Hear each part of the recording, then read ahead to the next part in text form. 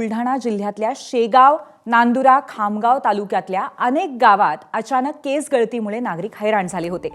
आता केस गळती झालेल्या रुग्णांची नखं अचानक विद्रूप होऊन नखं कमजोर होऊ लागली आहेत। अनेकांची नखं तर चक्क गळून पडली आहेत। या परिस्थितीमुळे आता या परिसरातील नागरिकांमध्ये भीतीचं वातावरण आहे। आरोग्य आणि जिल्हा प्रशासनाने रुग्णांना वारावर सोडल्याचा आरोप नागरिकांनी केलाय।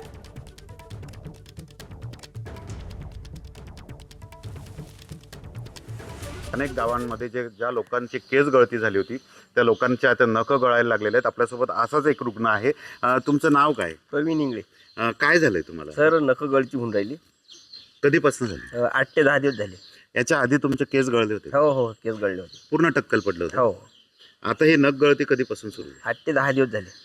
तर आपण बघू शकताय की ह्या व्यक्तीची यापूर्वी ही केस गळती झाली होती आणि त्यानंतर आता यांचे हे अशा प्रकारचे नख हे सुरुवातीला कमजोर होत आहेत, त्यानंतर ते विद्रूप होत आहेत आणि विद्रूप झाल्यानंतर ह्या केस गळती सुरू झाली।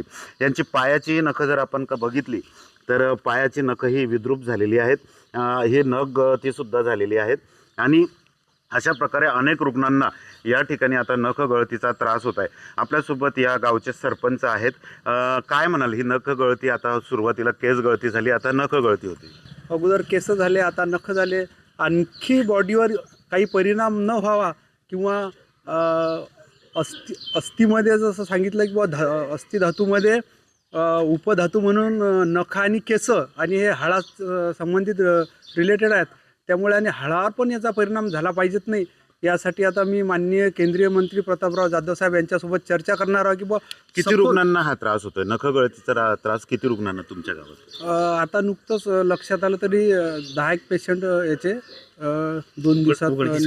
खरं तर हा धक्कादायक प्रकार आहे। मात्र अद्यापही या रुग्णांना आरोग्य आणि जिल्हा प्रशासनाने वाऱ्यावर सोडल्याचा आरोप या ठिकाणी स्थानिक नागरिक करत आहे। कॅमेरामन शांताराम तायडेसह doctor Sanjay Mahajan, ABP Majha, Bondgaon, Buldhana. ABP माझा, उघडा डोळे बघा नीट।